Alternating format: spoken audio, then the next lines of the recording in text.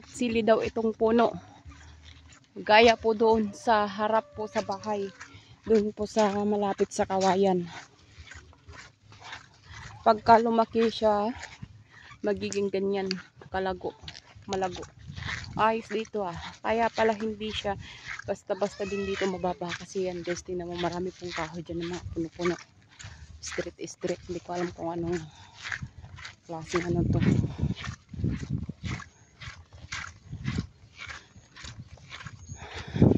Puno. Hiningal na ako talaga. Ayan, at nasa ibabaw na kami ng BQ. Pauwi na ng bahay. At nakasalubong namin ng mga bike na ito.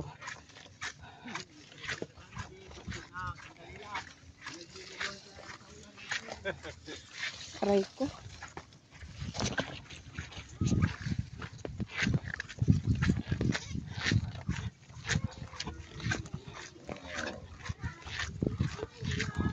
Nak, bit-bitin mo nga ito.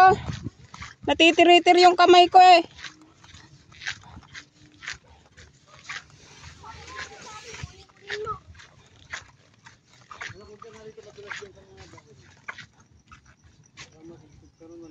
Ayan.